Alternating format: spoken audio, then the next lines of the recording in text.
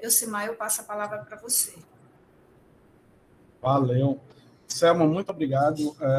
Eu acho que já são 4 participações minhas lá na Jastro, sem considerar, eu acho que Porto e Eunápolis, quando vocês foram.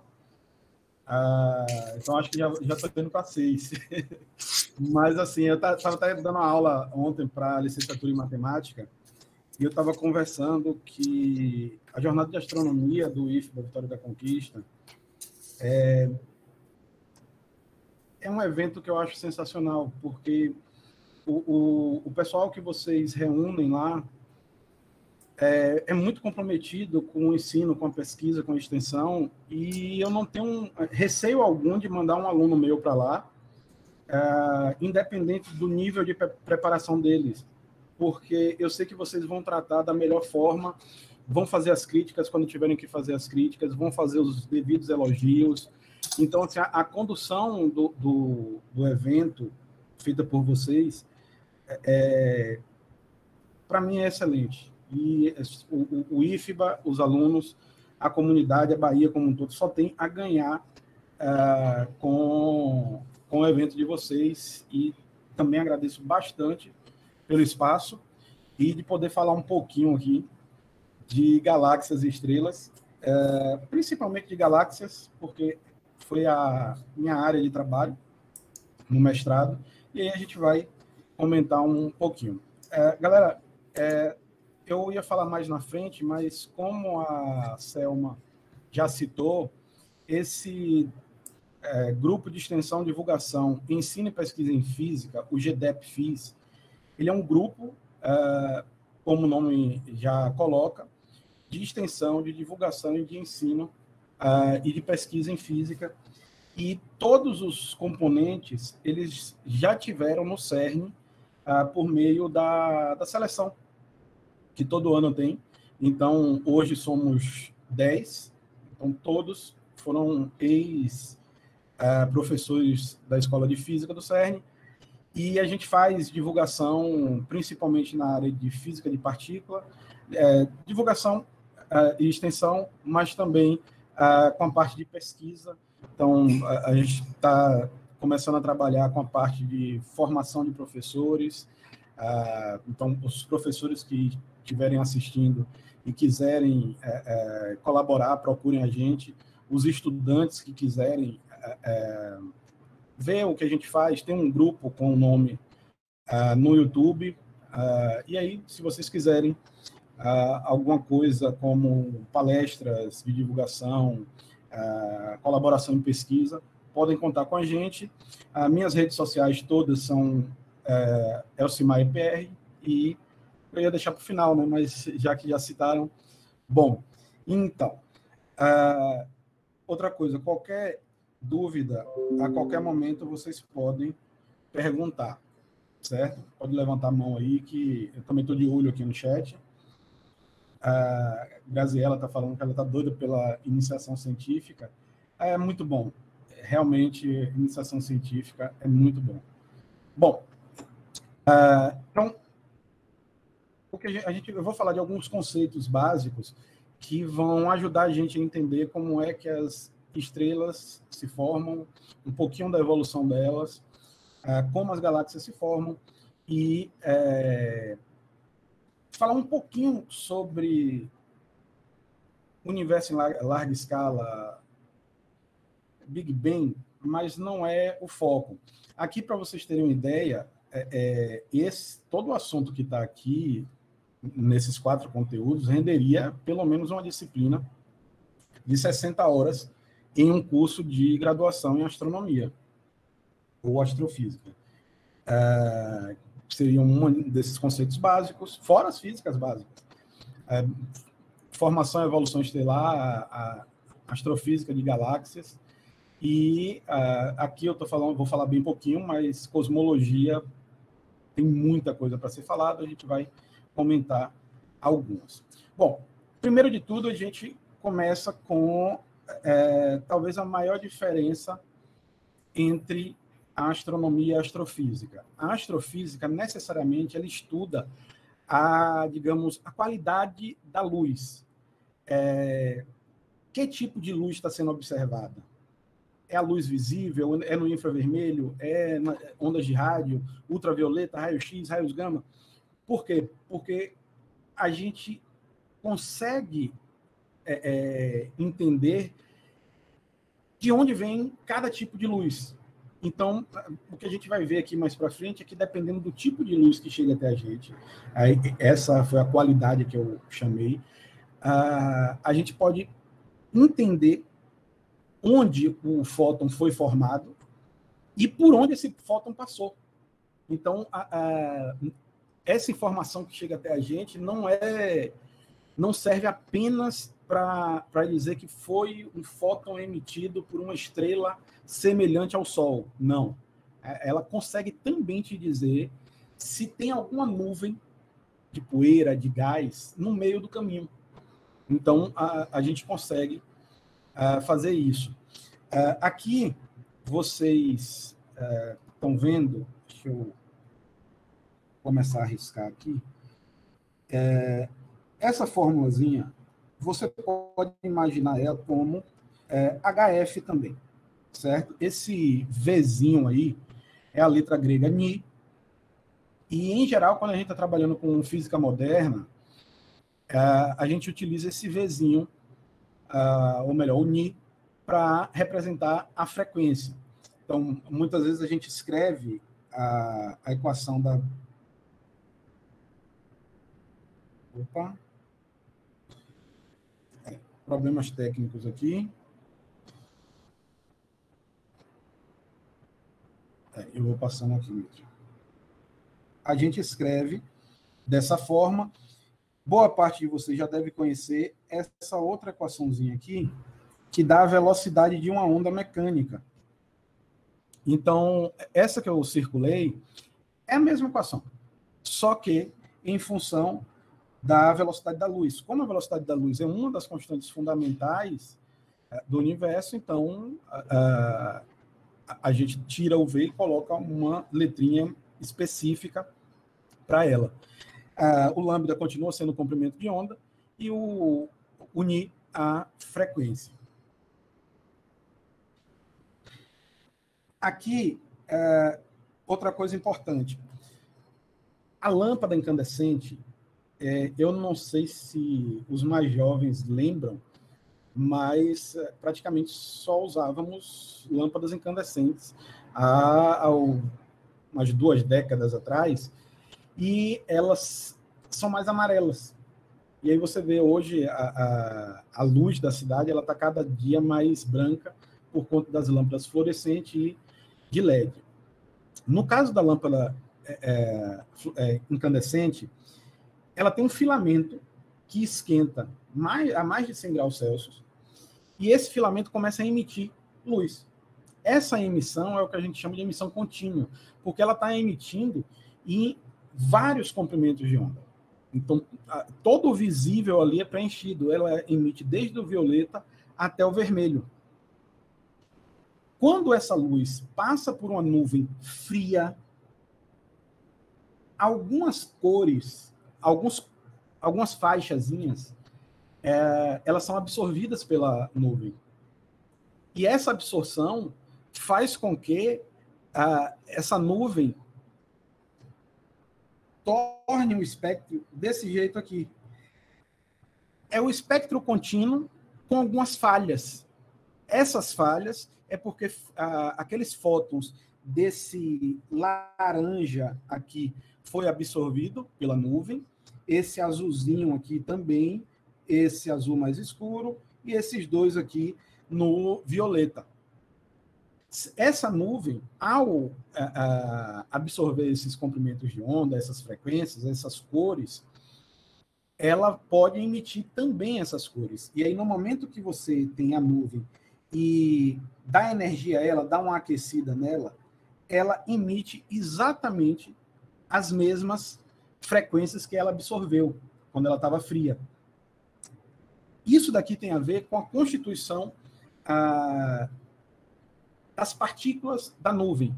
Se é uma nuvem de hidrogênio, esse hidrogênio ele vai se comportar emitindo o que a gente chama de raias características, e isso tem a ver com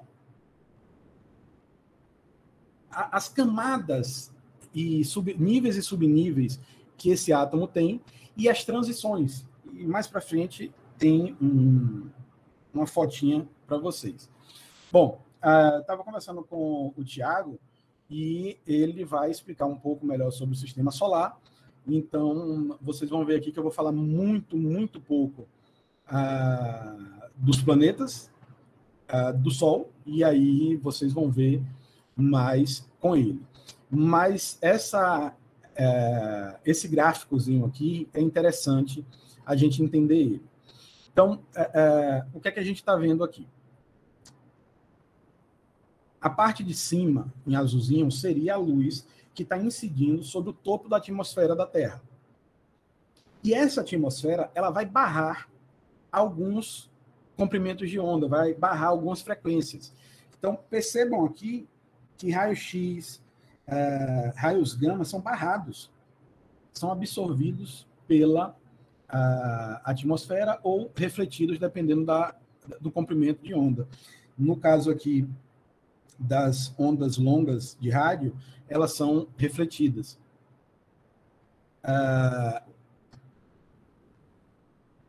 Essa partezinha daqui, vamos entender ela. Percebam que o seguinte, o ultravioleta mais próximo, que é essa parte aqui que a gente não consegue ver cor, ele passa um pouco, chega a uma certa quantidade. Esse ultravioleta, ele não consegue fazer o bronze na gente. O que consegue fazer o bronze e é mais nocivo, é mais ionizante, é mais perigoso para a saúde, a atmosfera consegue barrar.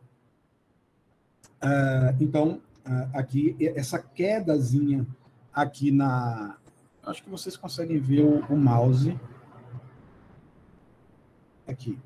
Essa quedazinha daqui, que eu pontuei, é o ultravioleta A, B e C, sendo que o C ele já é barrado pela atmosfera. Percebam que a radiação visível ela chega praticamente sem perder intensidade na superfície, e aí você tem várias outras bandas, por assim dizer. Faixa é estreitinha, uma banda já é uma faixa maior. Então, aqui a gente pode considerar, por exemplo, como uma banda. Então, isso daqui vai servir para a gente entender algumas coisinhas lá na frente de como a gente estuda as estrelas. Bom, aqui eu vou passar bem rápido, o Jorge ele já comentou isso, certo? Mas os 3 principais tipos de telescópios, bom, são refratores e refletores. O catadióptrico, ele é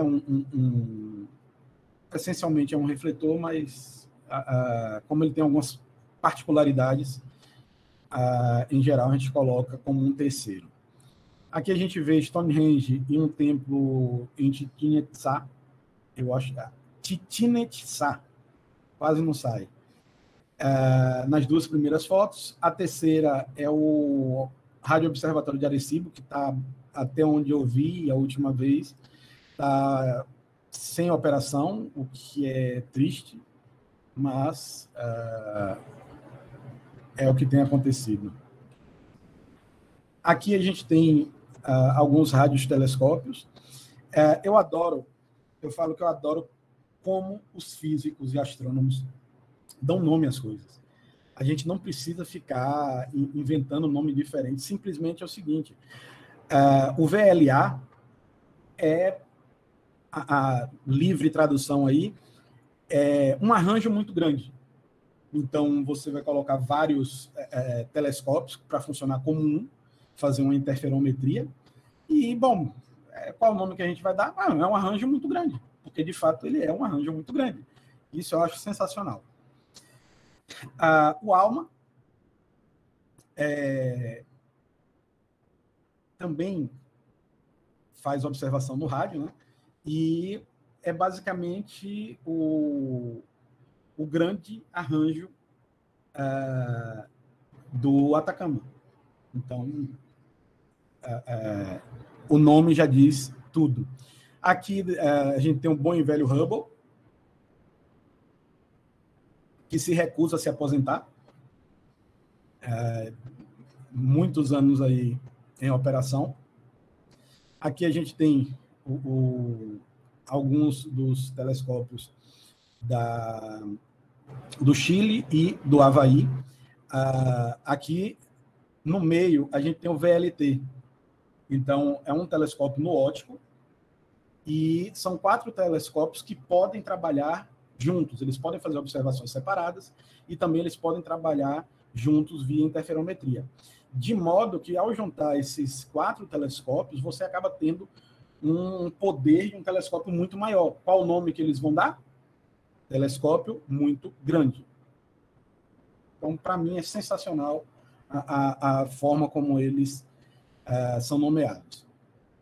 Aqui a gente tem o Gemini e aqui uma concepção artística, o mais à direita, do ELT. E esse telescópio ele vai ter um diâmetro, não é uma única peça, mas vai ser equivalente a um telescópio de 90 metros de diâmetro. Então, é um telescópio extremamente grande. E o nome dele é Telescópio Extremamente Grande. Eu acho sensacional esses nomes. Bom, talvez alguns de vocês ouviram falar um pouco sobre o James Webb nas últimas semanas, nos últimos meses, porque ele acabou de ser lançado. Ele passou aí mais ou menos um mês fazendo, ajustando e calibrando ele, digamos assim. E ele é meio que o sucessor do Hubble. Então, aqui para a gente ter uma ideia, o que é que esse gráfico quer dizer? Da esquerda para a direita, a gente tem uma escala de volta no tempo, por assim dizer. A gente consegue enxergar a luz das galáxias e quanto maior o poder de resolução do telescópio, a gente consegue ver fótons, luz emitida por galáxias cada vez mais distantes. Então, nos telescópios baseados no solo, 1990, a gente tinha aqui, a gente conseguia observar galáxias de 6 bilhões de anos atrás. Com o Hubble, que sai da superfície e vai para o espaço, não temos mais a atmosfera para atrapalhar as observações, para desfocar as observações, para nublar as observações. Então, a gente já consegue ir a 1,5 bilhão de anos atrás. Aí, o Hubble ele passou por 2 atualizações e chega hoje a quase 500 milhões de anos. E aí, reparem, isso daqui, ó. A última atualização do Hubble, ele estava observando em infravermelho. E o James Webb, ele é de infravermelho. Infrared, em inglês aí, mas é equivalente a IV infravermelho. A gente vai entender mais para frente por que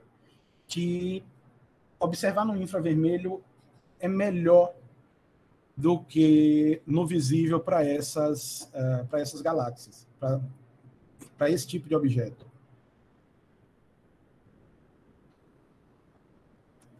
Esse ciclozinho daqui que vocês estão vendo, vamos partir aqui de um. Basicamente, o que a gente tem é uma nebulosa. Dentro dessa nebulosa tem nuvens de poeira. Essa nuvem de poeira, ela pode, se ela tiver uma densidade crítica, ela começa a aglutinar mais e mais poeira. Essa poeira que estava num espaço maior, ela começa a colapsar, forma um glóbulo, esse glóbulo forma uma protoestrela, e aí ela pode virar uma anã marrom, uma estrela da galáxia, da sequência principal, e dentro da sequência principal tem alguns fins que podem acontecer.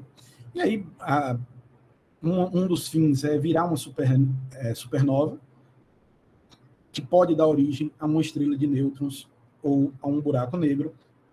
E esse remanescente de supernova pode conter matéria suficiente para formar novas estrelas. Isso depende da massa inicial da estrela. Então, o que a gente observa é esse ciclo é meio que fechado. Algumas estrelas se formam, ejetam material suficiente para formar outras estrelas, e cada geração de estrela ela é mais rica em metais. Se a gente pensar no universo primordial, era basicamente hidrogênio. Tá? Tinha um pouquinho de lítio, um pouquinho de outros elementos, mas basicamente hidrogênio. No momento que uma estrela é formada, já produz hélio, carbono, e dependendo do tamanho, a gente pode produzir até ferro. E aí a gente volta já para explicar melhor cada passagem dessa. Bom, como eu falei com vocês, eu não vou falar muito da formação do sistema solar, porque o Thiago ele vai contar para vocês muito mais detalhado, mas basicamente, se um buraco negro adquirir muita massa, ele pode explodir. Sim, a gente vai pegar esse ciclo e a gente vai explicar cada uma das passagens, Thiago. Então aqui, bom, depois eu não sei se está gravando. Está gravando, Selma? Tá sim. Pronto, vai ficar disponibilizado. Não, vocês podem parar e dar uma olhada com mais cuidado aqui no slide. Mas basicamente vocês veem aqui nesse desenho. Eu vou deixar os dois, mas olhar o desenho da direita. Em A, a gente tem uma nuvem. Essa nuvem ela começa a colapsar. Precisa ter uma densidade crítica, e isso acontece ao acaso. Então, ao acaso, essa nuvem se movimentando na sua dinâmica normal, em alguma parte dela a densidade é um pouco maior do que nas redondezas, e esse ponto passa a aglutinar matéria, e aí a nuvem começa a colapsar, porque vai formando um poço potencial. Esse poço potencial é o quê? Quanto mais massa você coloca próxima uma da outra, você está aumentando a densidade dessa região. Essa região, a gente diz que é um poço de potencial gravitacional, que vai atrair a redondeza. E no momento que essa matéria vai aglutinando, vai se aproximando do centro, em geral, ela começa a girar por conta da conservação dos momentos angular e linear. E ela começa a girar com uma velocidade cada vez maior, de modo que ela achata, então esse disco acaba achatando, e a parte central vai acabar formando um carocinho, e nesse carocinho podem acontecer várias coisas, até nada. Se tiver muito pouca massa, e essa gravidade no centro desse caroço não for grande o suficiente para que haja reação termonuclear, uma reação de fusão, não vira estrela. Mas, se a gente tem energia acumulada ali o suficiente, uma pressão grande, de forma que facilite a interação das partículas, aí a gente diz que a estrela acende. A gente costuma chamar de tempo T Tauri, que é o tempo, o instante de tempo onde a estrela começa a fazer as reações de fusão e gerar energia. E aí o que é que acontece? Em C, vocês estão vendo aí, a estrelinha começa a emitir luz e ela começa a limpar o sistema. Então, o fóton, ele sai em alta velocidade, a velocidade da luz, e ele arrasta a poeira. Ele limpa a redondeza da estrela. Fica ainda alguma poeira, que aí são os planetas que interagem com essa poeira aí. Aí eu não vou falar mais dessa poeira, eu vou deixar lá para o Tiago ele explicar a formação dos planetas e demais corpos celestes. Então, basicamente, aqui que vocês veem isso, é uma nuvem que ela colapsa, esse colapso gera uma temperatura muito alta, essa temperatura muito alta faz com que comecem as reações de fusão. E, bom, aqui a gente tem 3, e à direita, estrelas medianas, e essas estrelas elas vão ter um núcleo, que é onde acontecem as reações. Depois desse núcleo, você tem uma região que a gente chama de região radiativa e uma capa convectiva. O que é cada uma dessas reações, cada uma dessas zonas? O núcleo é onde você tem a maior pressão, é onde você tem a maior densidade. Então, a probabilidade de que as partículas colidam e consigam reagir de forma termonuclear é muito mais alta. Então, é no caroço que as reações são feitas. Tem reações que são feitas por toda a estrela, certo? Mas o principal, quando a gente está tentando fazer uma estimativa de quanto de energia a estrela está gerando, em geral, a gente se preocupa com o núcleo. Tem situações específicas, mas é ali no núcleo que a gente consegue a maior produção de energia. Esses fótons são gerados no núcleo e eles partem para fora. Então, essa região radiativa é onde os fótons estão num movimento mais radial saindo do núcleo. A última camada, que é a zona convectiva, a gente já tem um plasma, que a gente tem um processo de mistura dessa camada, por isso, convectiva. Bom, aqui à esquerda a gente tem 3 tipos de estrela, a gente tem um corte delas. A primeira, que tem esse vermelho por fora, a zona radiativa, ela é externa. A zona convectiva é mais interna e o caroço de queima nuclear é, como o nome diz, o caroço. A do meio foi a mesma que a gente falou aqui, e estrelas muito pequenininhas não tem zona radiativa, tem apenas a produção, a região do núcleo, que produz ali a queima nuclear, e a região da zona convectiva. Aqui são 3 formas da gente gerar energia dentro de uma estrela. São as únicas? Não. Tem várias formas.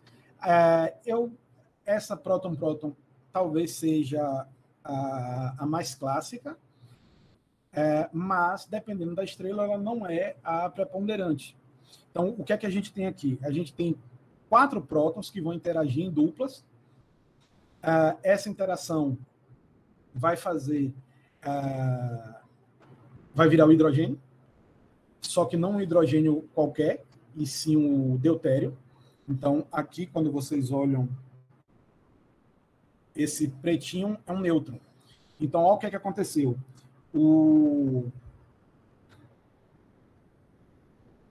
Os dois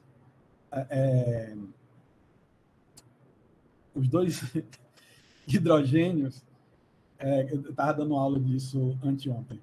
Os 2 hidrogênios, eles vão interagir. Esse carinha daqui, branquinho, é um pôsitron, certo? Então, um pôsitron, ele tem uma massa igual à do elétron, só que a carga dele é oposta à do elétron, é igual à do próton.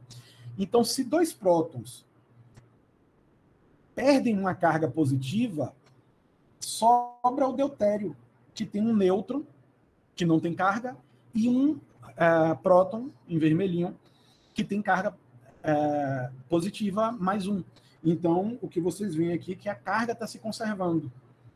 Para que um hidrogênio se transforme em nêutron, a gente precisa perder uma carga positiva ou ganhar uma carga negativa. Aqui a gente tem um neutrino, que é energia, você pode pensar como energia, e reparem que para que isso aconteça, precisa de muita energia. Você vai precisar de energia cinética para que haja probabilidade desses núcleos do átomo de hidrogênio, né? Ele está ionizado aí, sem um elétron, que essa colisão gere o deutério. E aí, por sua vez, tem hidrogênio solto no ambiente.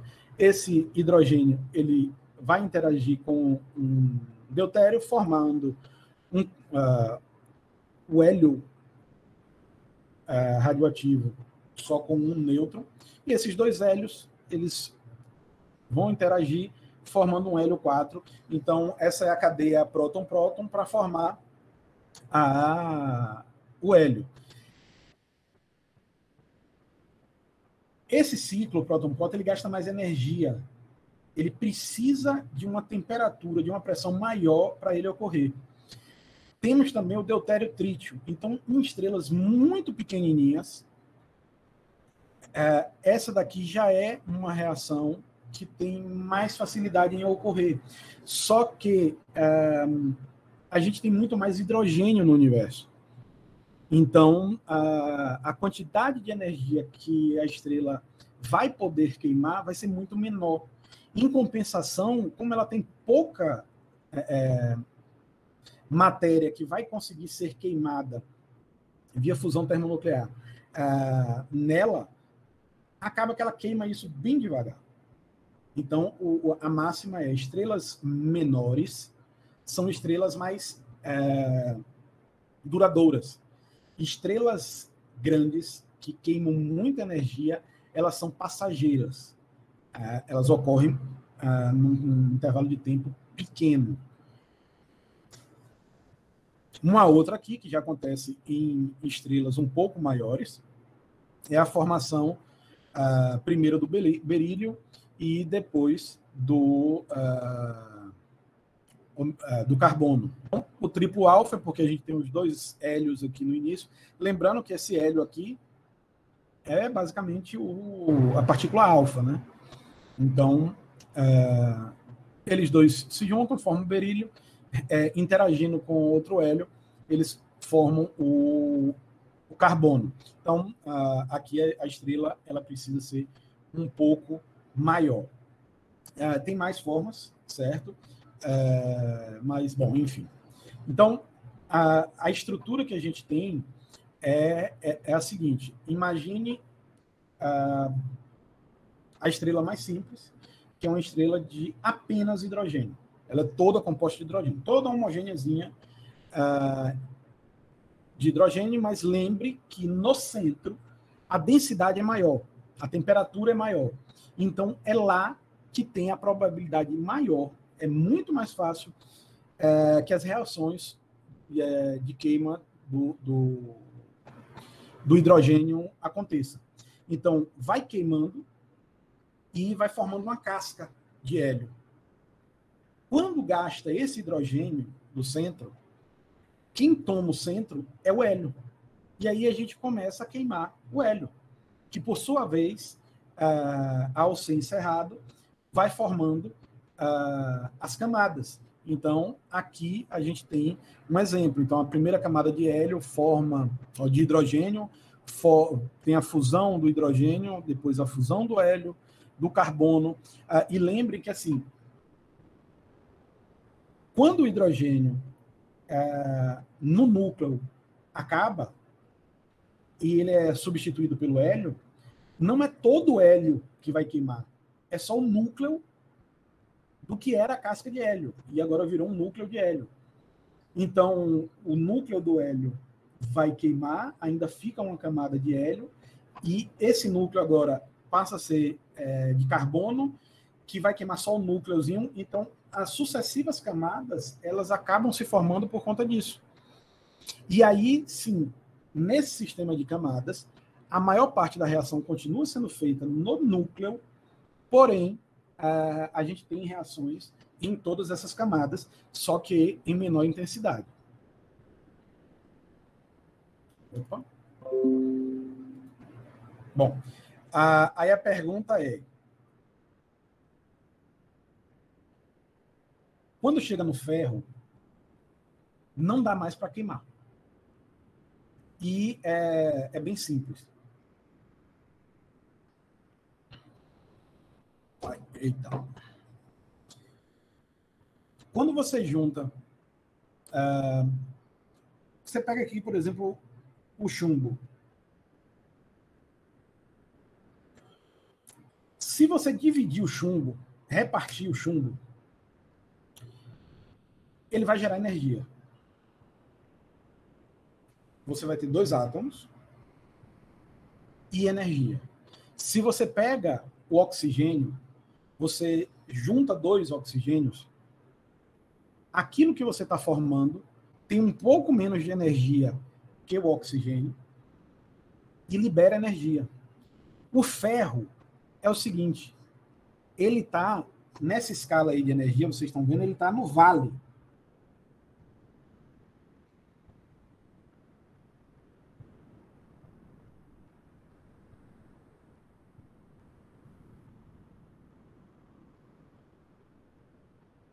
É o ponto de menor energia. Se você dividir o ferro, você só divide ele dando energia. Para você juntar o ferro com qualquer coisa, você só faz isso se você der energia primeiro. Então, não tem como você ganhar energia em reações de fusão nuclear contendo ferro. Então, o que é que vai acontecer? No momento que a estrela está com um núcleo de ferro, ela colapsa, assim como todas. Eu não expliquei isso muito claro, mas a gente falou lá da estrela toda de hidrogênio, então ela vai colapsando, o núcleo esquenta o suficiente e aí começa a queimar hidrogênio e formar hélio.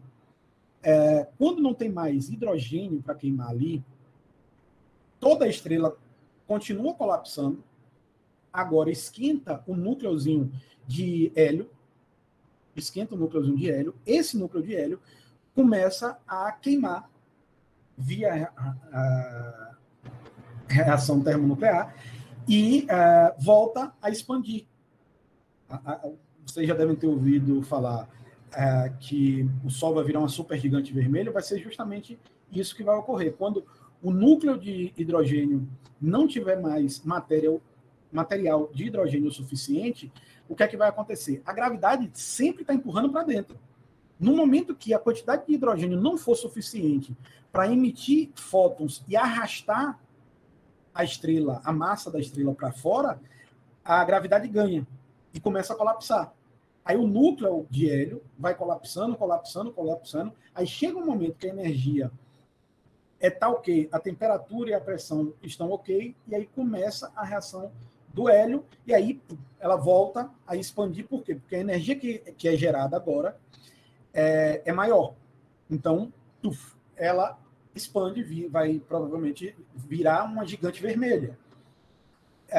Quando tentar queimar carbono, ao que tudo indica, ela vai parar por aí. Rapidinho, Graziella. Então, para ocorrer as reações com ferro, precisa de um catalisador. Então, esse catalisador não é bem um catalisador, né? Porque não é reação química.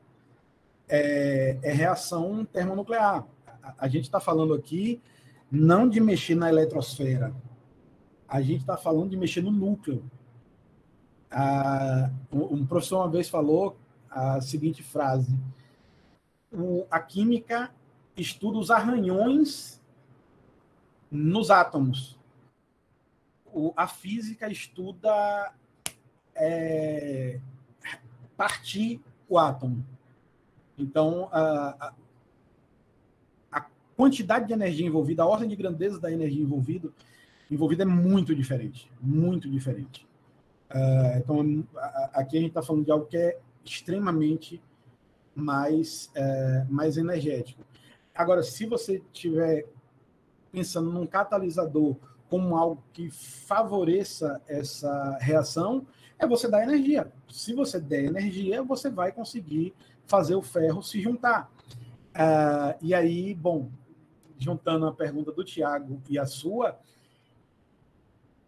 a gente não chama de catalisador, mas tá, você pode imaginar, quando a estrela explode, e eu explico um pouco melhor mais para frente, mas quando essa estrela explode, eu brinco dizendo que são cacos de estrela. Então, voa caco de estrela para tudo quanto é lado. Esses cacos de estrela, em alta velocidade, em altíssima velocidade, elas colidem e formam os elementos superiores ao ferro. Então, você vai formar o ouro, o chumbo, o urânio, todos esses elementos de número atômico maior que o ferro, eles são fruto de supernovas. Se as supernovas não existissem, a gente não teria, por exemplo, prata. Então, a prata só é possível por conta das supernovas. Então, aqui eu posso dizer que eu estou segurando um fiote de supernova. Até o ferro, os elementos são formados dentro das estrelas. Hidrogênio já tinha, lítio tinha alguma quantidade. No geral, até o ferro é produzido dentro da estrela. Depois do ferro, via explosão de supernova. Então, Raíssa, a gente vai chegar lá. Dependendo da massa, algumas param na queima do hidrogênio, na queima do hélio, na queima do carbono. Lembre da dinâmica. O hidrogênio, uma bolona de hidrogênio está lá, colapsa, o ponto esquentou o suficiente para queimar hidrogênio, aí queima o hidrogênio do núcleo, não vai queimar o da periferia, porque na periferia, ou melhor, fora do núcleo, não tem temperatura e nem pressão suficiente para a estrela conseguir fazer a reação termonuclear do hidrogênio acontecer. Então, aquele caroço vai queimar, certo? Essa queima, galera, não é queima de combustão, é fusão termonuclear. Essa queima na região central, aí, quando sobrou só o hidrogênio, vai voltar a colapsar. Se no ápice, na maior concentração possível que esse sistema tem, a energia for suficiente para a fusão termonuclear do hélio, aí o hélio começa a queimar e formar carbono. Aí vai formar um caroço de carbono, que vai colapsar de novo. Se o colapso for grande o suficiente para que a energia, a temperatura e a pressão sejam o suficiente para o estopim da fusão termonuclear, aí queima carbono. E isso tudo depende da massa inicial da galáxia, da estrela. Aí tem um slide aí mais para frente onde a gente volta nisso daí. Então, o ferro é o divisor de águas, certo? Entre fusão ou fissão nuclear. Aqui eu quero falar com vocês sobre o que a gente chama de radiação de cavidade ou radiação de corpo negro. Como é que funciona isso? Nesse primeiro aqui, o que é que a gente tem? O corpo negro é um objeto idealizado pelos físicos. O corpo negro, como o nome sugere, ele absorve absolutamente toda a energia que incide sobre ele. Só que aí é o seguinte, dependendo do tipo de radiação e do tipo de material, você pode ter absorção de uns comprimentos de onda e de outros não. Então, esse preto aqui, ele pode ser preto assim, para radiação visível. Mas para raio-x, isso aqui é transparente.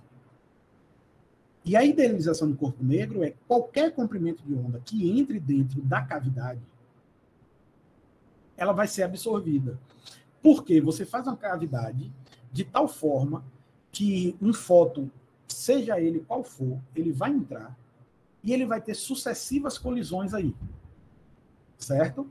Reflexões, absorções, refrações. Vai chegar um ponto que esse fóton ele vai perdendo energia, a onda vai perdendo energia e ela vai ser totalmente absorvida. Então, o corpo negro não é esse cara todo. O corpo negro é apenas o orifício. O orifíciozinho que é o corpo negro. Porque na borda, ele vai funcionar como um metal qualquer. Então, o que a gente considera como corpo negro é essa aberturazinha. E aí é o seguinte, quando você analisa a emissão desse buraquinho, a emissão dessa cavidade, a radiação ela é contínua. É tipo uma radiação de lâmpada, daquela lâmpada incandescente. Só que Edilton, vai ficar no canal da Selma e do Jorge, e eu vou pedir autorização a eles para colocar também na página do GDEP, no YouTube do GDEP. Então, vai estar à disposição. Sim, gente. Então, aí, repare, aqui a gente tem o que são essas curvazinhas aqui, certo? Essas curvas são o perfil de emissão de corpos negros a 5.000 kelvins, 4.000 e 3.000 kelvins. Então, vamos lá. Se a gente achar essa áreazinha daqui, ó, essa área vai te dar uma ideia. Se você ajustar os eixos, ele vai te dar a energia. Mas exatamente como está aí, não vai te dar energia.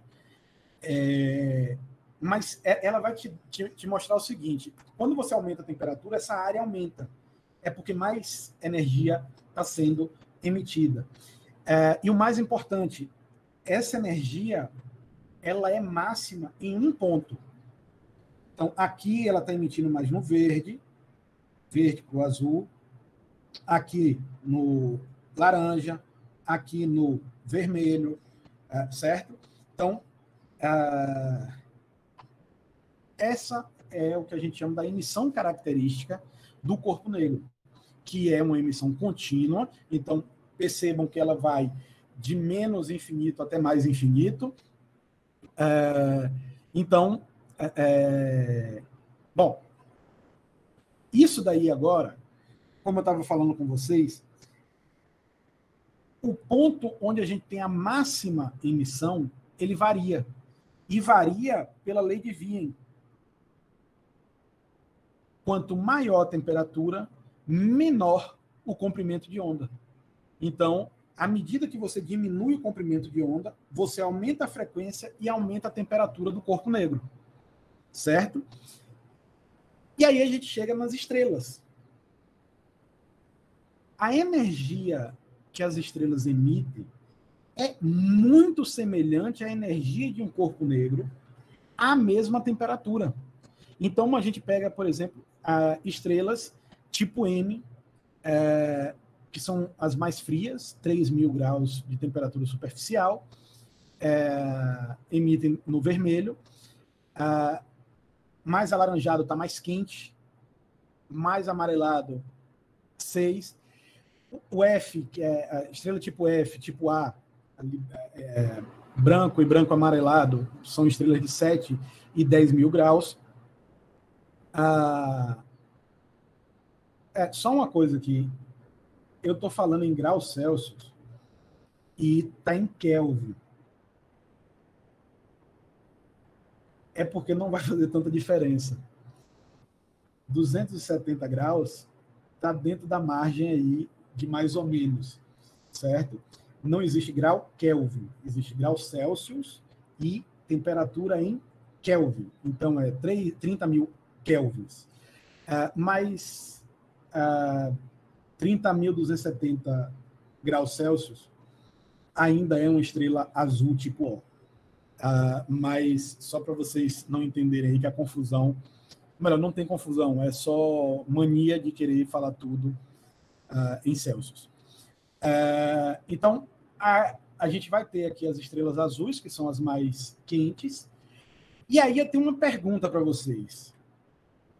A gente tem aí um resumão de todas as estrelas que a gente tem. A gente consegue colocar aí. Dentro de cada uma dessas tem fases intermediárias e tal, mas enfim.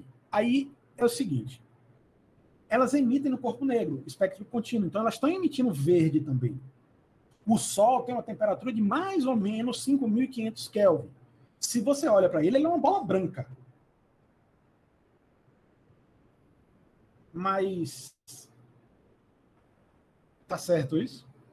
Porque ele emite mais no amarelo esverdeado. Então, a pergunta que eu vou deixar para vocês é por que não existem estrelas verdes e por que a A é branca e a O é azul? Não deveria ser o contrário? Ou vocês imaginam de outra forma?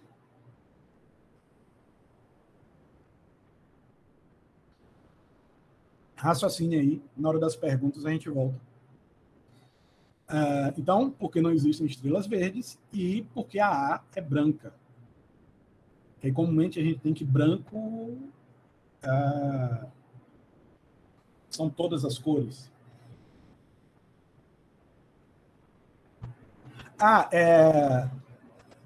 Lorena, a partir da temperatura.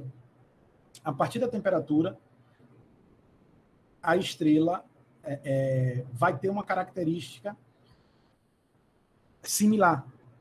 Todas as estrelas que têm brilho superficial, ou melhor, temperatura superficial na casa dos 6.000 kelvins, vão ser tipo G.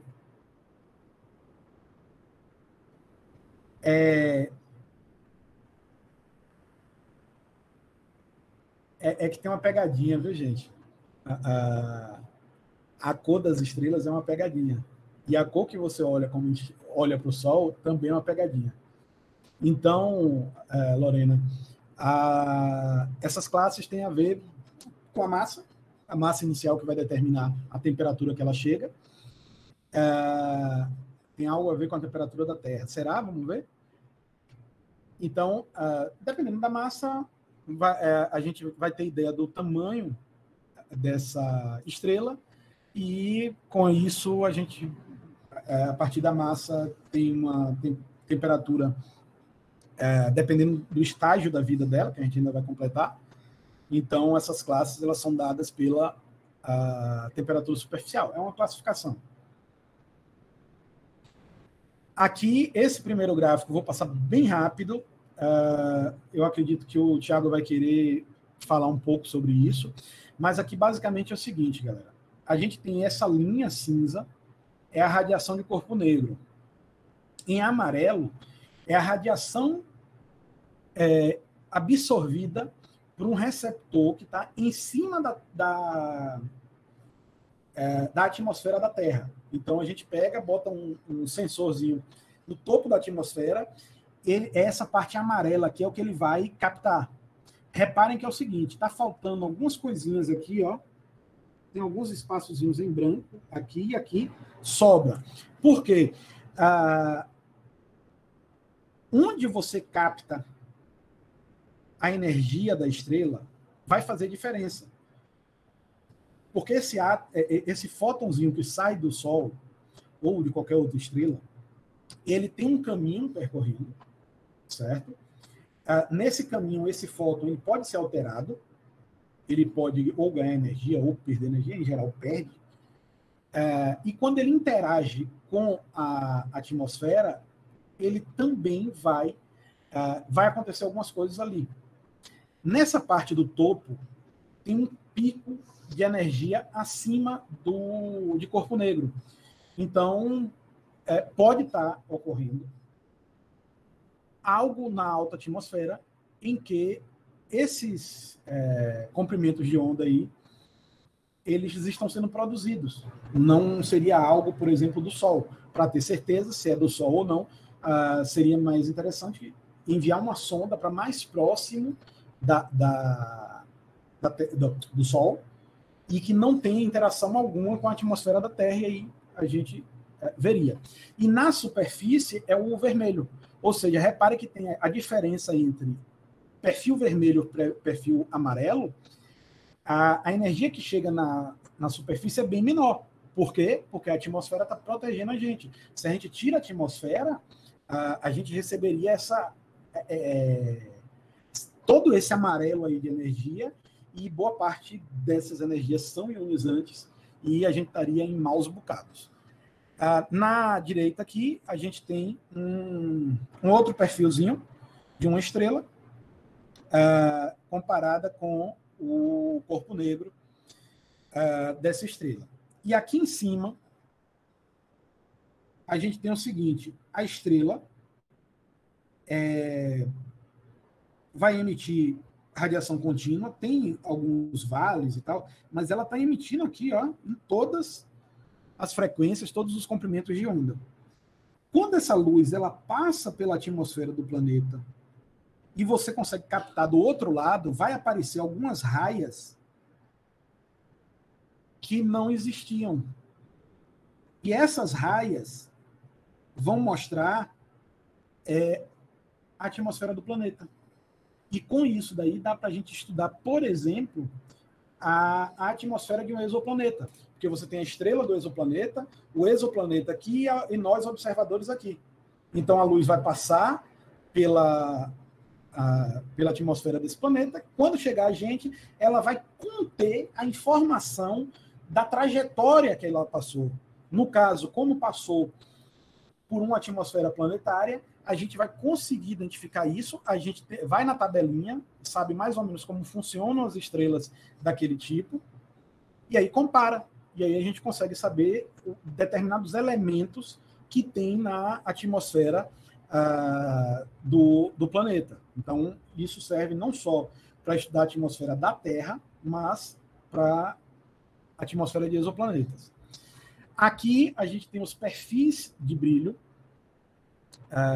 relativo de várias estrelas. Então, uma estrelinha mais avermelhada, o pico dela está aqui mais à direita. A laranja já está aqui mais à esquerda. Amarela, verde, azul escuro e violeta, o pico nem aparece aqui. Então, esses são os perfis de estrelas. Cadê quem foi que... acho que foi Lorena que perguntou. Então, repare, Lorena, tem uma M, K, G, F, A, B e O. Só que elas são 5V. Então, tem mais características que a gente soma a O e tem subdivisões dentro de cada uma. Então, dentro da O tem várias subdivisões, B, várias divisões. E quem vai determinar isso é esse gráficozinho. O diagrama aí dos espectros das estrelas. Aqui do lado, a gente tem o chamado... Cadê? Diagrama HR, por conta do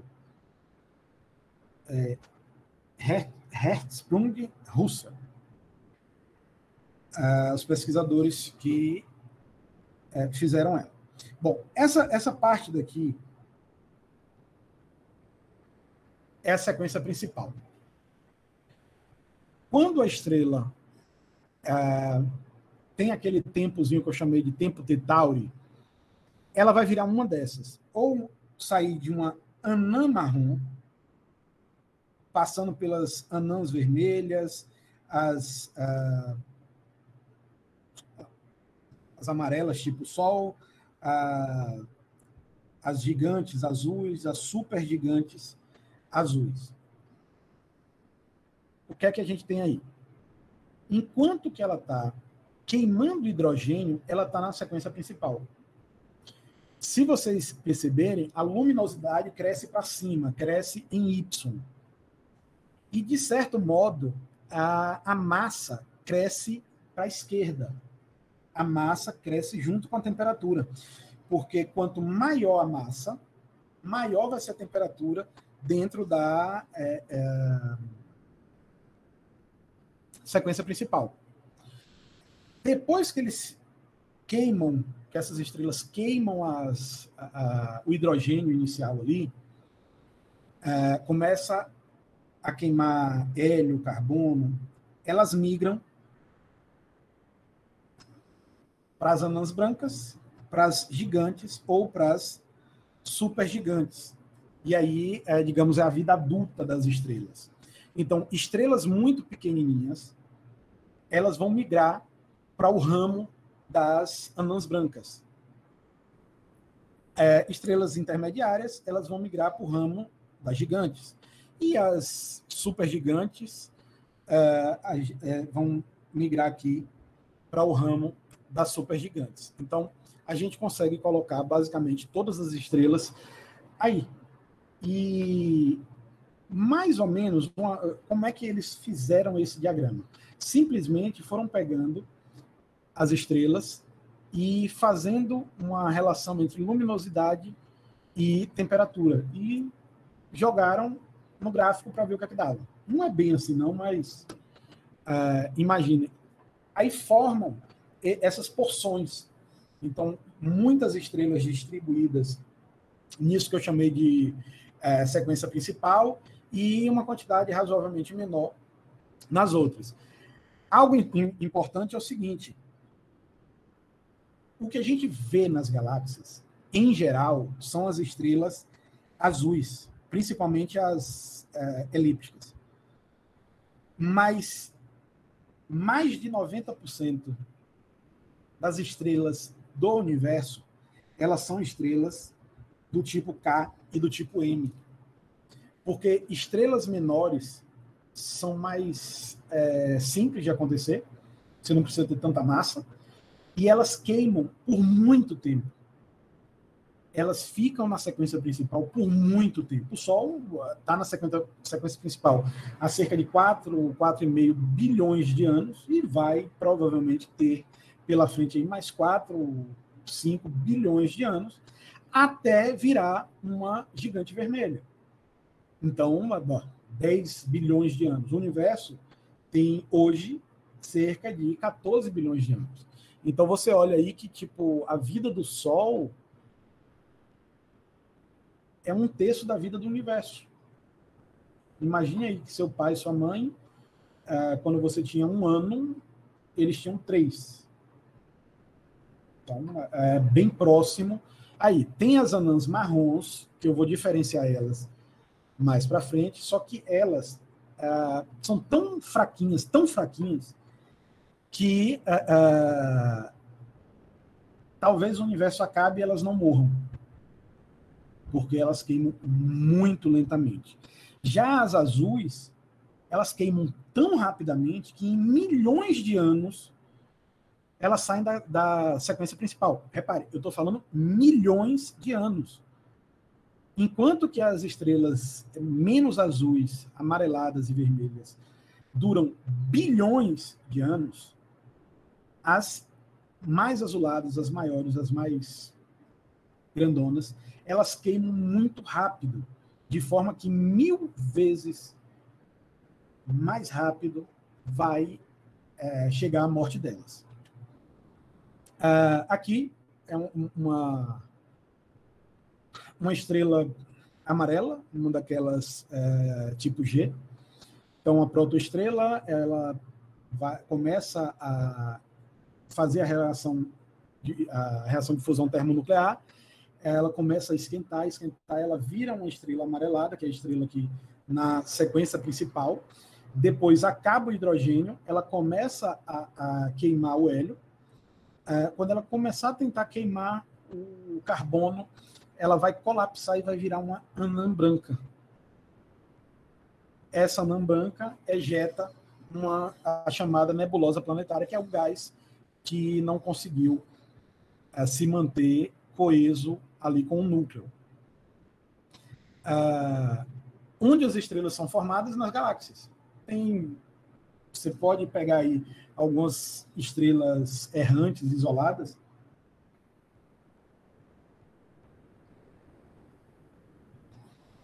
mas o grosso estão nas galáxias. E, mais precisamente, nas nebulosas. Então, aqui vocês veem essa M16, a gente em português chama ela de os pilares da criação. Então, isso aqui é um berçário estelar sensacional. Tem vários tipos de estrelas só nesse pedacinho de céu. Bom, e aí agora a gente vai falar com um pouco mais de cuidado o que é que dá essa evolução das estrelas. Então, a gente tem a protoestrela, e aí, dependendo da sua massa, várias coisas podem acontecer. Se a massa dela for muito pequena, algo parecido com um Júpiter, tem estrelas que são próximas ao tamanho de Júpiter, comparáveis a Júpiter. E elas chegam a ser tão frias que algumas delas podem ser mais frias do que Júpiter. A temperatura de Júpiter é da ordem de 300 graus, 200 graus. Eu sempre esqueço. As anãs marrons têm temperaturas semelhantes, mas vai lá também uns 1000 graus. Isso em Celsius, 1200, 1300 em Kelvin. Então, essas galáxias, por elas serem muito pequenininhas, a probabilidade dos prótons se juntarem é muito baixa para formar hidrogênio. Então, essa reação ela é muito lenta, e aí ela forma o que a gente chama das anãs marrons. Se você aumenta um pouquinho a massa, não chegando ainda a massas como a do Sol, você tem uma estrelinha vermelha, que é chamada de uma anã vermelha, e ela vai terminar como uma anã branca. Ela vai queimar hidrogênio. Quando ela tentar queimar o hélio, ou logo após ela queimar um pouquinho de carbono, ela vai colapsar. Esse colapso não vai ser reequilibrado por uma nova fusão termonuclear do núcleo. E aí o que é que vai acontecer? Muita energia armazenada vai explodir. Essa estrela explode, e essa explosão é tão grande quanto seja o material que está em volta dela. Então, as anãs vermelhas, esse material é muito pouquinho. Então, praticamente não há formação de nebulosa planetária, e aí fica o caroço, que é uma anã branca. Na fase de anã branca, não temos mais produção de energia, simplesmente é como se fosse uma brasa quente. Você pegou um turrão de carvão quente, incandescente, e colocou no canto da janela e esperou ele esfriar. Bom, essa é a anã branca, uma estrela que, apesar de ter uma temperatura extremamente elevada, cerca de 35.000 kelvins, ela agora só vai esfriar. Ela vai esfriando, até virar uma anã negra. Não confundir anã marrom com anã branca e anã negra. A anã negra é uma anã branca que esfriou. A anã marrom não é uma fase intermediária, não tem nada a ver. A anã marrom é uma espécie de um misto entre planeta e estrela. Um planeta gasoso e uma estrela. Tem alguns pesquisadores que não consideram a anã marrom uma estrela propriamente dita, já que não consegue queimar o hidrogênio, só consegue queimar deutério e trítio. Então, ainda tem alguns debates ainda, mas eu acho que o nome anã marrom, acho que não vai mudar, não. Bom, então, se essa anã vermelha ela não for tão anã assim, ela tiver uma massa já mais próxima, ou um pouco menor, um pouco maior do que a massa do Sol, ela vai queimar o hélio, vai virar uma gigante vermelha, e aí, quando ela tentar queimar isótopos maiores, ela não vai conseguir, aí vai colapsar, não vai ter o equilíbrio hidrostático. Então, o que é que vai acontecer? Ela vai ejetar essa massa. Só que essa massa já é uma quantidade um pouco maior. E então, como já é uma quantidade um pouco maior, o que é que vai acontecer? Vai ter um remanescente estelar ali, que é uma nebulosa planetária. A protoestrela ela é formada em nebulosas. Só que a nebulosa planetária ela é bem menor do que as nebulosas que dão origem às estrelas. No caso das supernovas, elas vêm de quem? Elas vêm de estrelas que já nascem gigantes ou supergigantes. A quantidade de matéria que tem é tão grande que o núcleo ele acaba sendo muito grande e uma área, um volume maior, consegue atingir, digamos, os pré-requisitos para a fusão termonuclear. E aí, essa estrela, em geral, ela acaba virando uma supernova. Essa supernova é um cataclisma, é uma explosão mesmo. Então, as partes de fora da estrela são ejetadas e o núcleo, dependendo da quantidade de massa, pode virar ou uma estrela de nêutrons ou um buraco negro. Aqui, a gente tem o seguinte, tem dois tipos básicos de supernovas. A supernova do tipo 2 é essa supernova que vem de uma gigante ou supergigante azul. Então, 60 massas, 25 massas do Sol, ela vai chegar lá, chega um momento que antes da explosão de supernova ela pode ejetar massa. Por exemplo, se a quantidade de massa for muito grande, 100 massas solares, antes de explodir em supernova, ela tem uma fase chamada Wolf-Rayet, que ela dá uma ejetada na parte mais superficial, por conta de instabilidades e tal. E aí a supernova continua sendo uma supernova de tipo 2, que pode virar ou buraco negro ou estrela de nêutrons. Mas, olha no desenhozinho aqui que eu coloquei,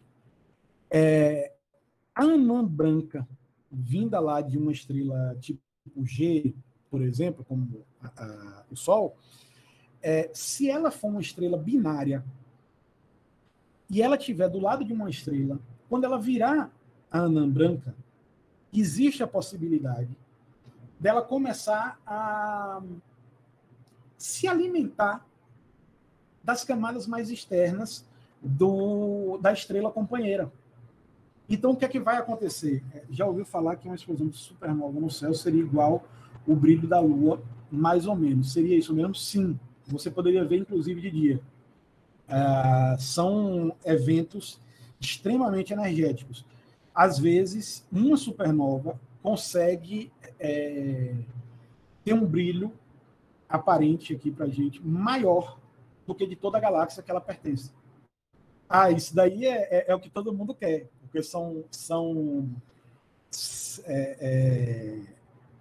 eventos raríssimos. Mas o bom é o seguinte, se acontecer, é razoavelmente fácil de ver. Só olhar para o céu. Muito fácil mesmo. Sim, então essa estrela, essa anã branca, ela começa a se alimentar das camadas mais externas da estrela companheira, e se ela atingir massa suficiente para virar uma supernova, ela vai virar uma supernova e pode virar ou um buraco negro ou uma estrela de nêutrons, dependendo da quantidade de matéria que ela conseguir se alimentar, por assim dizer. E aí, bom, tem a tipo 1A, tipo 1B, que isso depende de como está a assinatura de hidrogênio. Por exemplo, se essa tipo 1 tem hidrogênio, ela é chamada de tipo 1A. Se ela perder o hidrogênio, ela já é tipo um B, C, muda a classificação. Mas, basicamente, são esses os dois tipos de supernova. O supernova tipo 1 é de uma estrela anã branca que teve adição de massa, e essa adição de massa deu uma pós-vida diferente a ela, e a tipo 2 é uma que já vai direto para a estrela de nêutrons ou buraco negro, certo? A última explosão de supernova foi em 1054. Rapaz, eu não sei. Eu não sei. Uma dúvida aí. Aqui eu vou passar mais rápido, mas essa aqui a gente conseguiu fotografar, não dava para ser vista a olho nu, mas é uma explosão de supernova. Então, a casca que vocês estão vendo aí aumentar é a casca que é ejetada, e a luminosidade é surpreendente. Em cima, a gente tem uma concepção artística de como seria um buraco negro se alimentando de uma estrela companheira. E aqui, depois vocês veem a gravação com mais cuidado, um sistema binário, onde a gente tem uma estrela branca que ela começa a se alimentar da companheira e acaba explodindo, e a supernova tipo 2, que é simplesmente uma estrela que é grande, já é grande, e por isso atinge supernova. Acho que todo mundo viu essa porque, Yuri, talvez ele esteja se referindo à supernova visível a olho nu. Eu realmente não... As efemérides astronômicas eu deixo passar. São poucas, e principalmente na pandemia, que eu não posso ficar olhando, eu me desliguei, porque várias coisas, o local onde eu estou, eu tenho pouca visibilidade do céu, então não dá para fazer muitas observações. Que eu estou bem mais ou menos para o norte, então eu não consigo ver o pôr do sol e nem o nascer do sol. Minha janela para frente, e aí eu tenho que olhar de lado, acaba que fica horrível. Em certas épocas do ano eu vejo o nascer do sol, em certas épocas do ano eu vejo o pôr do sol do outro lado. Mas, bom, enfim. Essa imagem ela ficou conhecida por conta do filme. Tem essa simulaçãozinha aí, como é uma concepção artística, isso não é uma foto, certo? Aqui a gente tem uma simulação e a foto rigorosamente não é uma foto, é uma imagem, porque você tem que fazer interferometria, tem que juntar dados, então são muitos dados para que você consiga fazer essa imagem. Foi um feito realmente sensacional. Essa Kate Bauman foi uma das principais responsáveis pelo processo, então ela está aí feliz, ela vendo a imagenzinha do filho dela, digamos assim, do buraco negro. E é o seguinte, essa fotozinha daqui,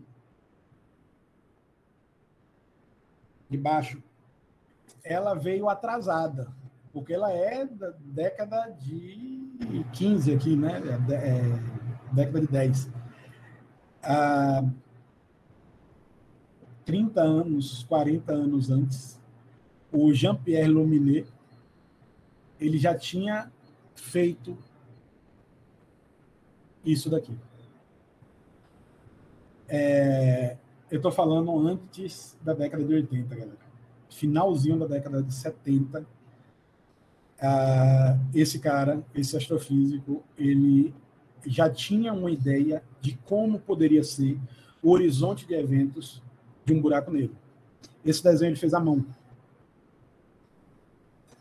Sabiam disso? Isso não diminui o feito do filme, não diminui em nada o feito dela, só aumenta o feito do Luminé. Aqui um pouquinho da anatomia de um buraco negro. Então, essa parte aqui que está escura é a singularidade. A gente não sabe o que é que tem aí dentro. Sim, o filme Interestelar. O Kip Thorne, ele foi consultor e como é que se diz? E escreveu paper a partir da consultoria que ele estava dando e ganhou um prêmio Nobel. Então, talvez tenha sido um dos primeiros filmes, se não o primeiro, a ganhar um prêmio Nobel. Bem entre aspas, não foi o filme, não foi a física do filme, mas o filme serviu como exemplo para o trabalho dele que gerou como é o nome? O trabalho dele que veio para ele o prêmio Nobel. A borda dessa singularidade, a gente tem o horizonte de evento, a gente tem um disco de acreção, tem aqui a esfera de fóton e o jato relativístico, tem algumas coisas aqui. Uma parte dessa matéria que está espiralando até o núcleo do objeto, que é a singularidade, ela escapa e espirala para fora. Isso tem a ver com conservação do momento angular, as conservações da natureza. Esse disco, ele sofre atrito que ele pode, inclusive, emitir raios gama.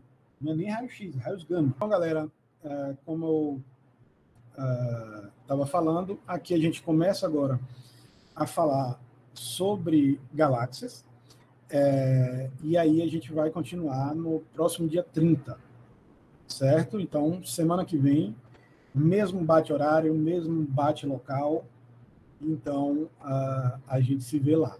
Então, qualquer pergunta que vocês tiverem agora, vocês podem fazer.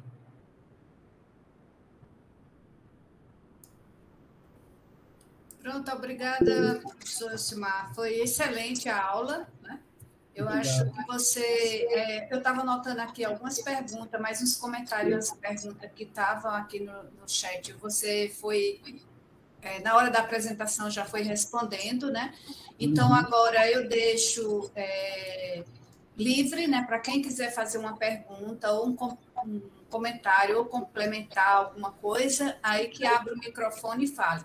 Principalmente, né, os professores também do IFBA, né, que quiser divulgar com seus alunos, aí já pode abrir o microfone aí e fazer os comentários.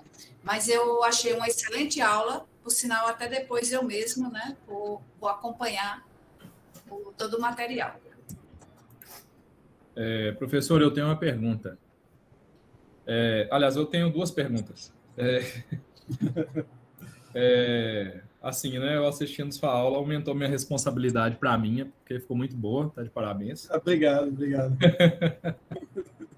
Então, fiquei até preocupado aqui, não, tem que fazer uma aula boa, porque, né? Achei muito, muito bom você colocar aqueles conceitos introdutórios no início, porque muitas vezes as pessoas ainda não sabem aqueles conceitos, né? Então, acho que é muito bom.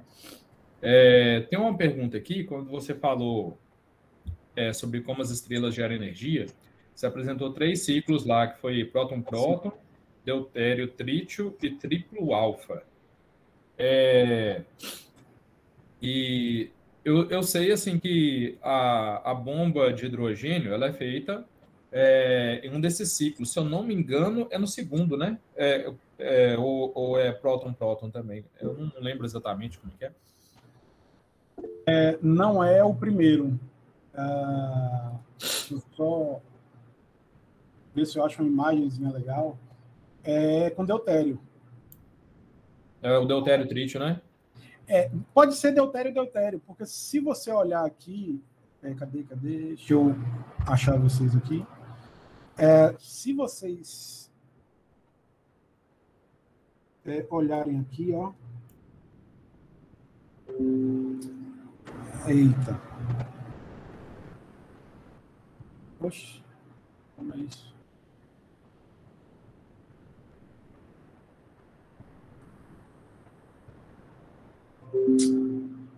Gente, calma aí que meu tablet aqui tá dando...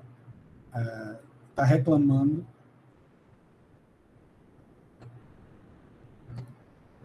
Oxe, como assim?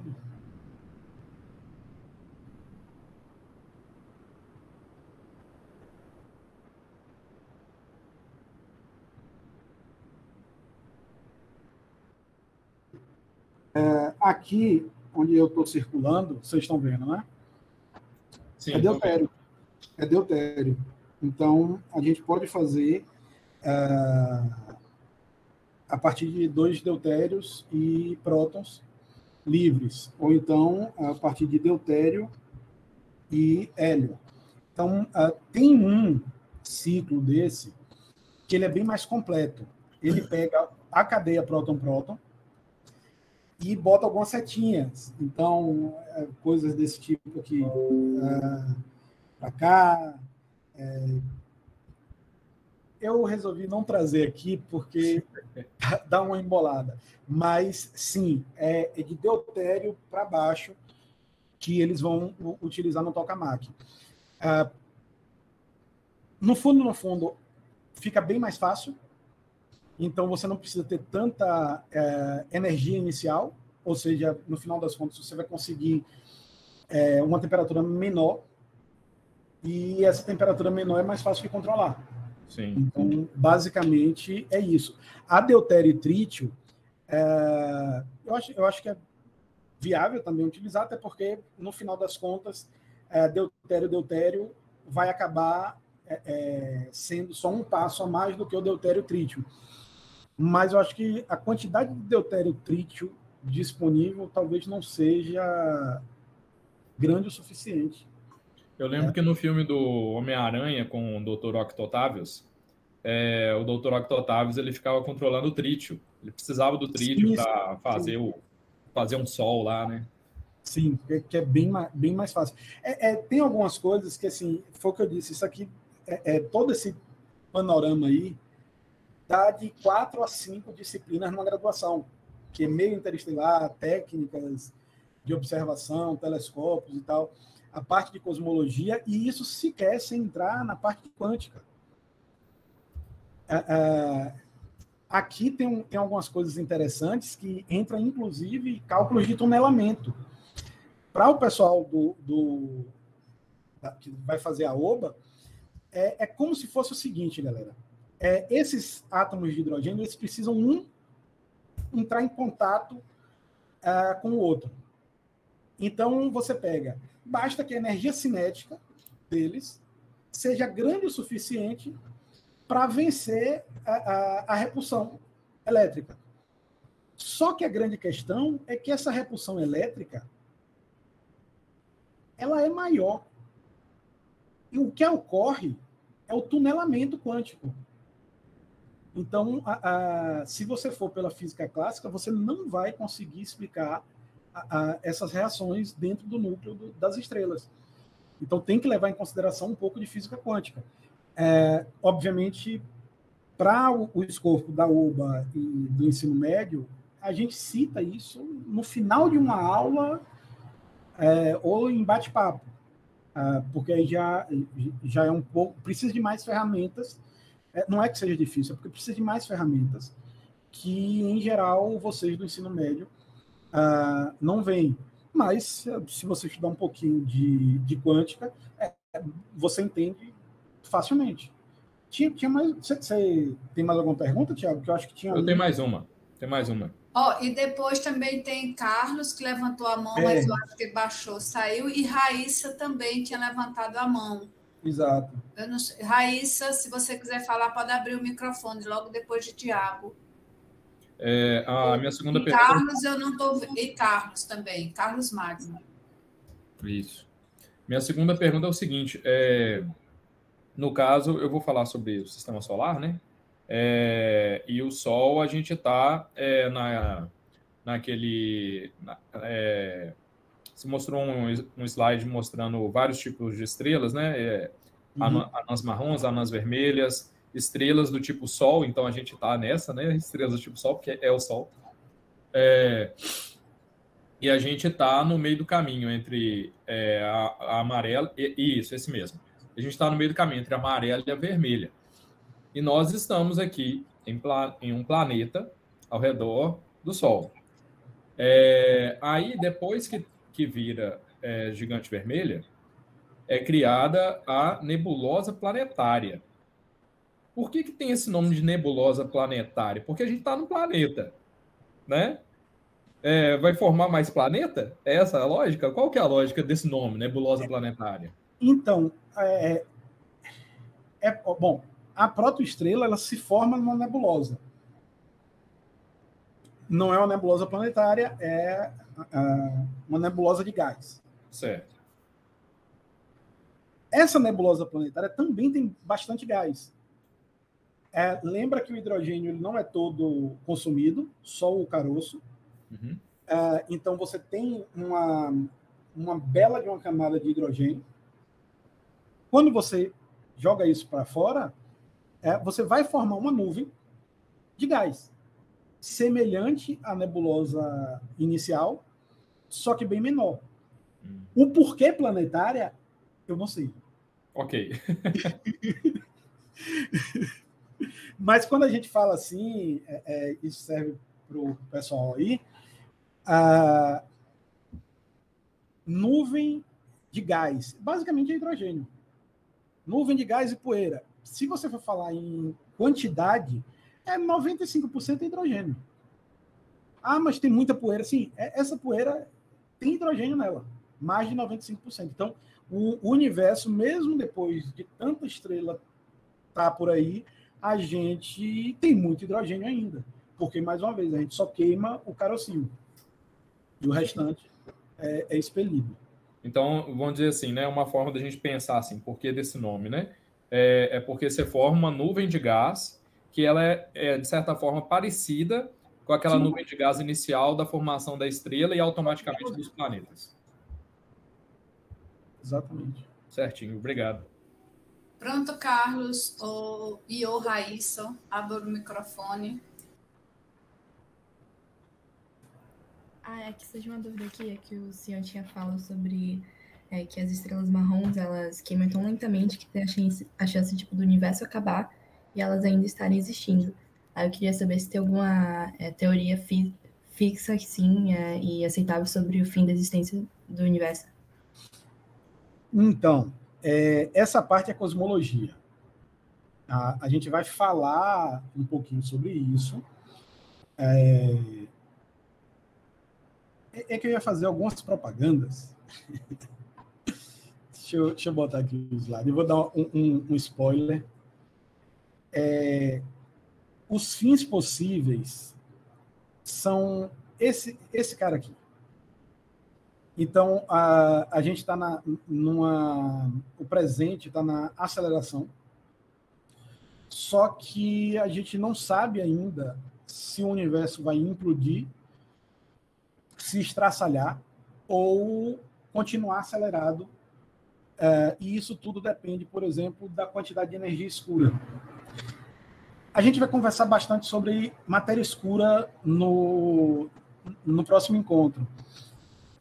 Só que, dependendo da quantidade de energia escura, que é uma parada que a gente não sabe direito o que é. Aí eu vou conversar um pouquinho com vocês sobre isso, mas se a energia escura se manter constante, a gente vai se manter acelerado. Ou seja, o universo vai continuar se expandindo.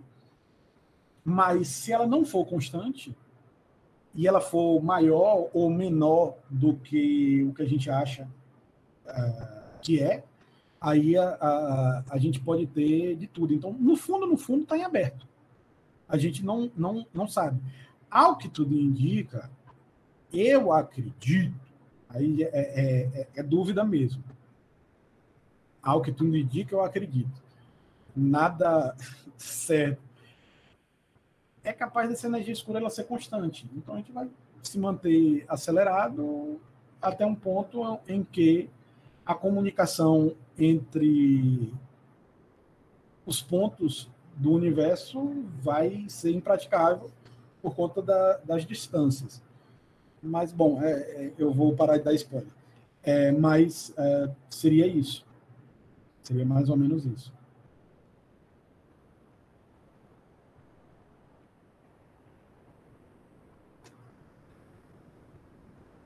Mais perguntas?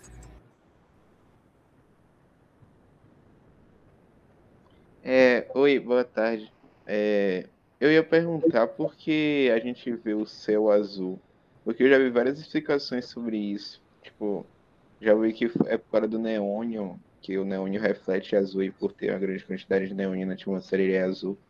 E também por causa do espectro de luz emitido pelo Sol, assim, tipo, a luz vai mais ou menos esfriando a partir do ponto do Sol, aí vai ficando mudando de cor. Aí os caras falaram também, esse vídeo foi no Minuto da Física, também é um canal muito legal brasileiro que ele explica tudo isso, assim. Aí eles deram exemplo do pôr do sol, que a gente vai olhando para o sol, aí vai vermelho, laranja, azul. Aí eles explicaram mais ou menos esse espectro e o porquê isso acontece, que eu não entendi muito bem. Tá, deixa eu ver se eu consigo aqui lhe explicar. Terra, atmosfera.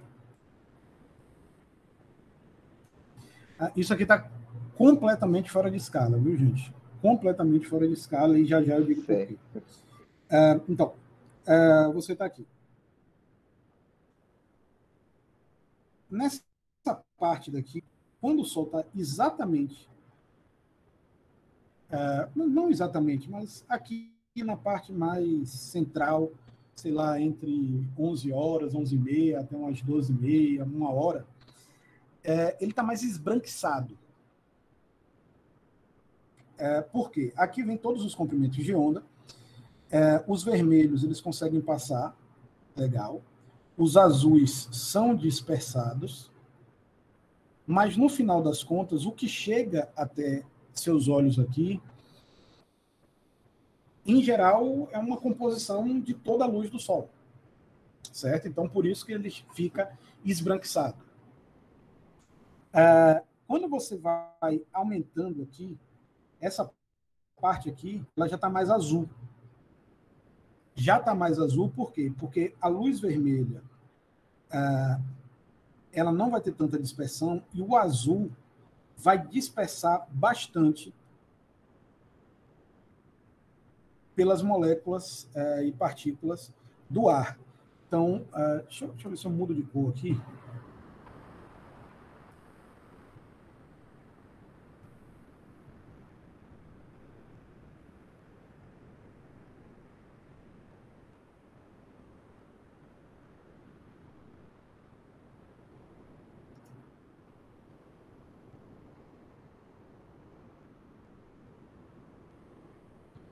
Eu não estou conseguindo mudar de cor, mas tudo bem.